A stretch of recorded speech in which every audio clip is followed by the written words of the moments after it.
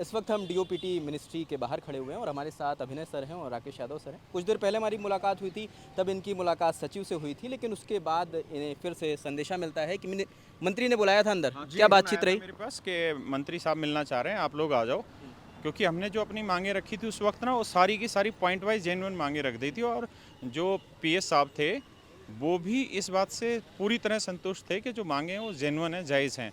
तो अब क्या हुआ कि एक बीच में मंत्री साहब बैठे हुए थे जितेंद्र सिंह जी, इस तरफ पीएस साहब बैठे हुए थे, और इस तरफ जो थे एसएससी चेयरमैन साहब बैठे हुए थे। ऐसे चेयरमैन मौजूद थे वहाँ पर? हाँ, एसएससी चेयरमैन साहब मौजूद थे और एक एक क्वेश्चन पूछा जा रहा था। और जितेंद्र सिंह जी की कमाल की बात है कि लगभग 1.5-2 घंटे मीटिंग चली है, और 2 घंटे मैं तो हरियाणा से आता हूँ तो मेरी तो आवाज़ भी तेज़ है। और सर लोग, मतलब अभिनय सर ने जैसे एसएससी सीपीओ के ऊपर तो मतलब आप ये कहिए कि खड़े ऑर्डर करवाया साथ साथ कि सर इसको करिए, इसमें कुछ है ही एक नहीं। वीक के अंदर रिजल्ट निकलवाओ, तो इन्होंने वो खुद सीपीओ कहा कि 18 ठीक है हम महीने से- एक वीक के अंदर ये रिजल्ट निकाल देंगे। इस पे बात हुई। भाई दूसरा बाकी जो मत खड़े रहो, बाकी कोई जो मत दूसरी बात आपने देखी होगी कि गलत सवाल पूछने का जो कल्चर है कि 100 में 16 फिर 18, वो अब बंद हो जाएगा। इन्होंने कहा है कि अगर कोई बच्चा बताता है कि ये गलत सवाल है तो वो 100 रुपये देता है, तो हम वो 100 रुपये रिफंड कर देंगे अगर वो सवाल वास्तव में गलत निकला तो। यानी अब ऐसा हो गया है कि अब ये गलत सवाल खुद से ही नहीं पूछेंगे। तो ये एक चीज़ हुई। दूसरा इन्होंने कहा है कि हम इंफ्रास्ट्रक्चर पूरी कोशिश कर रहे हैं सुधार दें। एसएससी फेज एक्स में जो 53-55 हज़ार बच्चों के साथ गलत हुआ है, इन्होंने लिस्ट बना ली है, उनके एग्जाम को रिशेड्यूल कर दिया है। और अब अगर कोई बच्चा इसमें एक अच्छी चीज जो है वो, मतलब वन ऑफ द फाइनेस्ट चीज जो बोली ना जितेंद्र सिंह जी ने, वो मतलब मैं पहली बार हैरान हूँ, इतना अच्छे से उन्होंने समझा। हमने ये कहा कि 5 लाख बच्चे अपीयर हुए सिलेक्शन फेज के एग्जाम में, जो चेयरमैन साहब ने कहा कि हाँ 5 लाख के आसपास बच्चे अपीयर हुए। मैंने कहा आपने खुद ने अपनी बाइट में ये बोला कि 53,000 बच्चे अफेक्टेड है। मैंने कहा ये बात मंत्री साहब ये खुद बोल रहे हैं, तो आप सोचो अफेक्टेड कितने होंगे। उन्होंने पूरी तरीके से इनको कहा कि ठीक है, इन्होंने 53,000 बोला, आपके पास और जितना डाटा है ना आप वो इनको दीजिए, जितने भी अफेक्टेड बच्चे हैं सबका रीशेड्यूल होगा, दोबारा से एग्जाम होगा। मुझे तो लोग बोल रहे हैं कि लल्लन टॉप में आपने बोला इससे बात हुई, इससे बात हुई, ये नहीं मिल रहे हैं। तो ये सब चीज़ें आपने तो हमारे नाम ही ले दी है। तो लल्लन टॉप का भी बड़ा योगदान है, हमारी आवाज़ को वहाँ तक पहुँचाने में बहुत सहयोग है लल्लन टॉप का। तो लल्लन टॉप का काम ही है। रेलवे वाली मुहिम में मैंने ही बोल दिया था लल्लन टॉप की जगह चट्टन टॉप, लेकिन मैं अपने शब्द वापस ही लेता हूँ क्योंकि अब इन्होंने खुल के काम किया है और मज़ेदार बात है। और सौरभ द्विवेदी जी ने आवाज तो ये भी तभी कहा है बुलंद कि हो हम पाती है। क्या था, ऑपरेशन रंगरूट रखेंगे कि रोज हम बेरोजगारों पे बात करेंगे। रंगरूट हमारा सेगमेंट है जिसपे हम युवाओं से जुड़े मुद्दों को उठाते हैं। रोज उठाओ यार, बहुत बुरी बुरी हालातों से युवा गुजर रहा है, बहुत बुरे हालातों से। चलिए ये बता दीजिए कि और क्या क्या बात हुई। जो सिलेक्शन ग्रेड पे बात कर दी, एसएससी को लेकर कुछ वादे हुए हैं, एग्जाम होगा कि रीशेड्यूल? एग्जाम होगा जो 14 अगस्त 13 अगस्त से जो सीजीएल का एग्जाम है, चेयरमैन साहब ने स्पष्ट रूप से कहा है कि हम एग्ज़ाम कराएंगे। जबकि मैंने ये कहा कि आपके पास वही सेंटर है, सेंटर इन 10 दिनों में बदल थोड़ी जाएंगे। तो उन्होंने कहा कि ये हमारी जिम्मेदारी, आप इस पे वो मत करिए, नहीं होगा तो अब आगे हमें कहना। तो हम एग्ज़ाम प्रॉपर कंडक्ट कराएंगे। तो अब उन्होंने सीजीएल का एग्ज़ाम, पहली बात हो रहा है, जो मीटिंग में बात हुई उस हिसाब से सीजीएल का एग्ज़ाम ये कंडक्ट कराएंगे। अभी स्टेनो का भी एग्ज़ाम कंडक्ट कराएंगे, लेकिन मैं 100% इस बात के लिए भी श्योर हूँ कि सेम प्रॉब्लम इनकी आएगी ही आएगी। अगर क्योंकि ये जो पोस्टपोन नहीं करेंगे तो आएगी बिल्कुल। आएगी। और करना पड़ेगा इनको, क्योंकि इतना आसान नहीं है। चेयरमैन साहब का ये कह देना कि सारी लैब तो टीसीएस ने कब्जा रखी है, तो फिर आपने एडीक्यूटी को टेंडर किस आधार पे दे दिया? मैंने तो वहाँ भी ये बात उठाई। नहीं, उन्होंने ये कहा कि भाई टीसीएस के पास लैब थी, उन्होंने तो सारी लैब ले रखी थी, अब इसके पास लैब नहीं है। तो सवाल वही था कि फिर इनको टेंडर क्यों दिया गया। हाँ, लेकिन ज़बरदस्त लेवल पर एक एक चीज़ का क्रॉस क्वेश्चनिंग हुई, और हर चीज़ को, जैसे जितेंद्र सिंह जी की अच्छी चीज़ क्या थी, जैसे इस पे एसएससी सीपीओ के रिजल्ट पे 18 महीने थे, चेयरमैन साहब अपनी बात बताने लगे कि ये पॉइंट, उन्होंने कहा ये पॉइंट से कोई मतलब नहीं, इसका रिजल्ट डिक्लेयर करो। एक सप्ते में रिजल्ट डिक्लेयर हुआ। उसके बाद सेंटर्स के एलोकेशन पे था कि भाई 2-2 1200-1500 किलोमीटर दूर सेंटर डाल रहे, तो उन्होंने कहा नहीं, इसको तुरंत की तुरंत करो। अगर दिल्ली का बच्चा जम्मू एग्जाम दे रहा है और जम्मू का बच्चा दिल्ली एग्जाम दे रहा है, मतलब दिल्ली और जम्मू दोनों में सेंटर अवेलेबल हैं, तो इधर उधर क्यों भगाया जा रहा है? तो उस बात पे भी ये बताइए, जैसे कई बच्चे थे जो शिकायत, जो 55,000 का आंकड़ा वो कोट कर रहे हैं, उसे कैसे रिजॉल्व करेंगे? कि 55,000 का तो वो आंकड़ा कोट करें, मगर और भी ज़्यादा हो। लेकिन फिर ये बात कह दी ना कि अगर आप टीचर्स के पास भी आंकड़ा आता है तो आप एसएससी को दीजिए, ये उसका एग्जाम भी दोबारा कंडक्ट कराएंगे, ये देखकर कि हाँ ये वैलिड है। अगर उनसे कोई छूट जाता है तो आप भी उनकी मदद कर सकते हो वो डेटा देने में, ये उस बात के लिए राजी हैं। तो अभी 6 तारीख के कॉल को लेकर आप लोग फिर से सोचेंगे? हाँ, अभी तो ये है कि अब अगर ये खुद कह रहे हैं कि हम सिस्टम को ठीक कर रहे हैं, आपको अगले एक वीक में बहुत सारी चीज़ें दिख जाएंगी कि ठीक है, तो ये हमने भी उनको अपना यही इंटेंशन दिखाया कि हमारा उद्देश्य किसी सत्ता के खिलाफ लड़ाई करना नहीं है, हमारा उद्देश्य जो बेरोजगार हैं, जो एक खराब एग्जाम सिस्टम है, इसको ठीक करने की लड़ाई है। और रेलवे के लिए स्पष्ट रूप से एक एक बार हफ्ते में नहीं मीटिंग हो जानी 20 बार बोला हमने, और उन्होंने 20 के 20 बार कहा कि हाँ बिल्कुल थोड़ा सा समय दे दो। रेलवे चेयरमैन साहब के साथ और रेलवे मिनिस्टर साहब के साथ भी हमारी इसी तरह से मीटिंग हो जाएगी, जहाँ पे चेयरमैन साहब बैठेंगे और मिनिस्टर साहब बैठेंगे, और इसी तरह से 1-to-1 क्रॉस क्वेश्चन हो पाएगा। और जब ये सारी चीज़ें होंगी, जैसे अभी क्या था कि हम 2:30 बजे के आसपास तो बाहर निकले ही थे डीओपीटी से, और तुरंत की तुरंत उन्होंने वापसी कॉल किया मुझे कि आप आ जाइए, मिनिस्टर साहब से मीटिंग करानी है। मेरे नंबर पर कॉल आया हुआ था।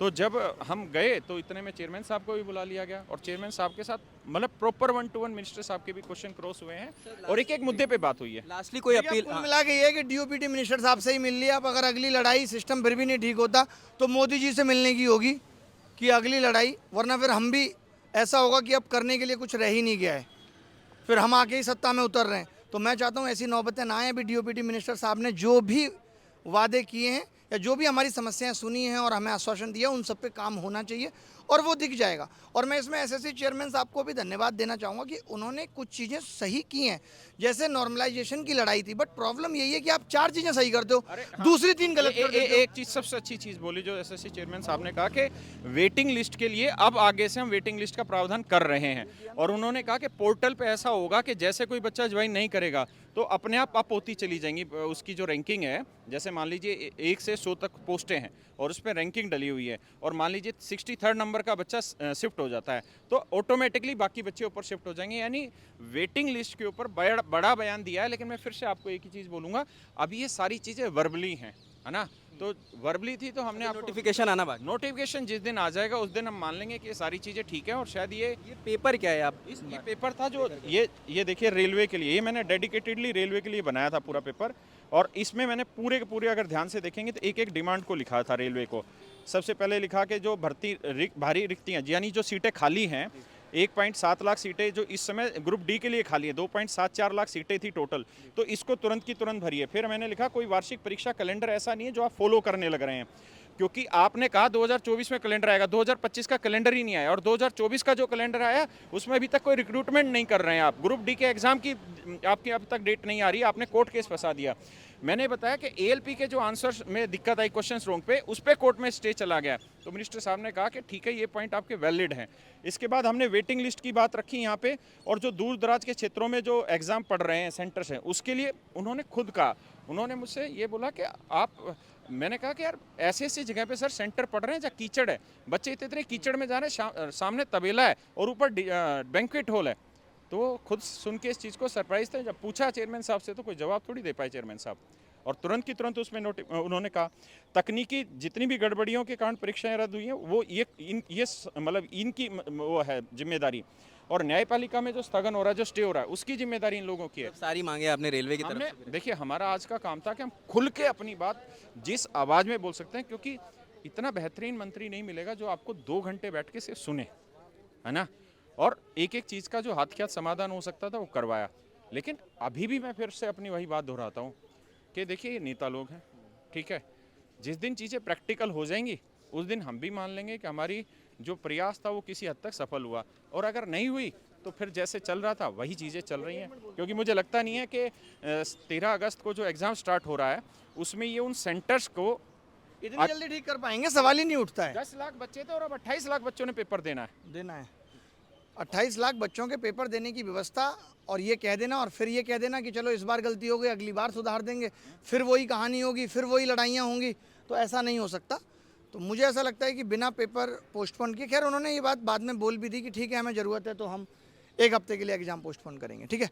तो चलिए सारी चीज़ें पॉजिटिव होंगी। बाकी मैं खुद भी अभी, हम पहले सारी चीज़ें, अभी क्या है बस आए, आप हालत देख रहे हो, तो अभी आराम से शांति से बैठ के पेपर है, क्या क्या बातें हुई उन सब का आपको हम अपने चैनल पर भी जा कर के बता देंगे कि क्या क्या बातें हैं।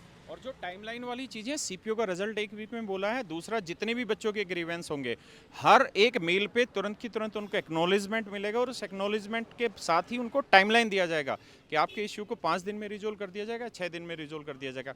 कुछ ऐसे बेहतरीन पॉइंट्स हैं जो हमने भी नहीं सोचे थे, जो मिनिस्टर साहब ने सुझाए ये टाइमलाइन वाले, और वो अच्छे पॉइंट गए हैं। थैंक यू आप सभी का। बहुत बहुत शुक्रिया इतना वक्त देने के लिए। ये अभी मुलाकात हुई है, पहले सचिव से मुलाकात हुई, उसके बाद जो डीओपीटी मंत्री हैं जितेंद्र सिंह, बताया जा रहा है 2 घंटे की ये मुलाकात है, जिसके निष्कर्ष जो लब्बो-लुआब ये है कि जो इनकी डिमांड्स थी वो सुनी गई हैं। उन्होंने आश्वासन दिया है कि उन डिमांड्स पे काम करा जाएगा। अब ये देखना होगा कि अभी कोई इस पर मुकम्मल नोटिफिकेशन आता है, क्योंकि जब तक लिखित में आदेश ना आ जाए तब तक इन बातों पर पूरा भरोसा करना मुश्किल है। यही इन टीचर्स का भी कहना है। तो एसएससी जो जुड़ा जो भी अपडेट होगा हम लगातार आपको देते आ रहे हैं, आगे भी देते रहेंगे। इस खबर पर आप क्या सोचते हैं हमें कमेंट सेक्शन में ज़रूर बताएं।